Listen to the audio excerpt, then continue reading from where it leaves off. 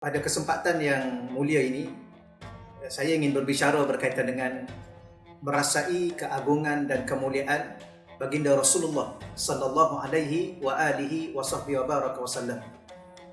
Muslimin muslimat yang dirahmati Allah sekalian, bila mana kita berbicara tentang baginda Rasulullah sallallahu alaihi wasallam, Habibullah, Sayyidul Anbiya wal Mursalin, ia adalah merupakan suatu bicara yang berkaitan dengan keimanan kita kepada Allah dan kepada Rasulnya. Bila mana kita berbicara soal keimanan, keimanan itu ada sesuatu yang berada di dalam hati kita. Apa maksudnya?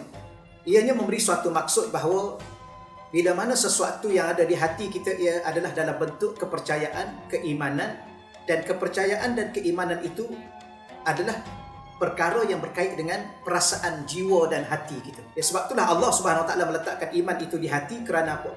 Kerana hati itu merasai. Dan sesuatu yang dirasai dengan hati ada suatu hakikat yang sebenar. Sebab tu iman kepada Allah, takwa kepada Allah, syukur kepada Allah, termasuklah keimanan kita kepada Allah dan Rasulnya, Allah letakkan perkara itu di hati.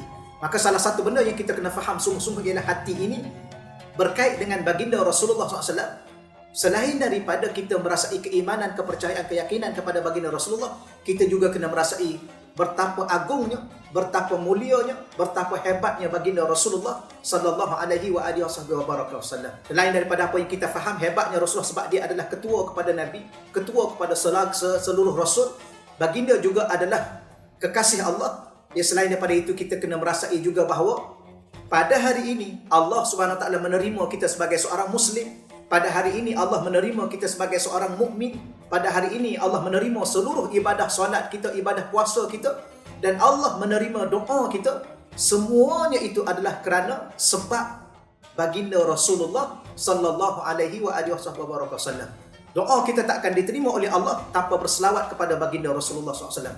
Salat kita, walaupun kita mengatakan usalli fardhu zuhri lillah, usalli fardhu maghrib lillah, usalli fardhu subhi lillah, walaupun kita salat kerana Allah, tetapi di dalam salat kita itu ada rukun berselawat kepada baginda Rasulullah. Di akhir tasyahud kita mesti baca asyhadu an la ilaha illallah wa anna muhammadar rasulullah. Maknanya nama insan yang agung ini, nama insan yang mulia ini wajib kita sebut di dalam solat kita. Inilah yang menunjukkan betapa hebatnya, betapa agungnya, betapa mulianya baginda Rasulullah SAW. Cuma kita nak ingatkan kepada diri kita dan kepada muslimin muslimat yang dirahmati Allah sekalian, perkara ini bukan sekadar kita tahu, tetapi kita hendaklah merasai jauh di lubuk hati kita, jauh di dalam hati kita, betapa agung, betapa besarnya, betapa hebatnya baginda Rasulullah SAW. Bahkan ulama mengatakan bahawa sesiapa yang kembali ke akhirat nanti tidak bertemu dan tidak mendapat syafaat dan tidak diizinkan untuk meminum air di telaga Kausar baginda Rasulullah SAW, terlalu sukar perjalanan untuk dia lalui kehidupan di akhirat nanti, di pada mahsyar, di yaumil hisab dan sebagainya.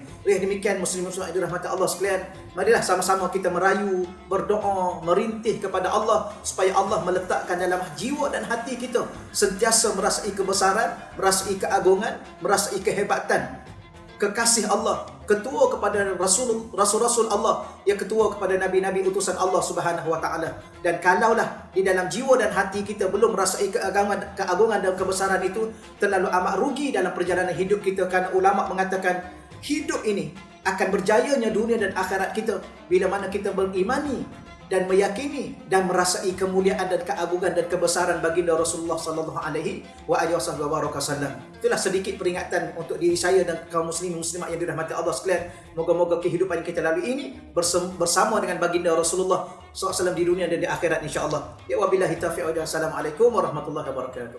Sampaikanlah dariku walaupun satu ayat.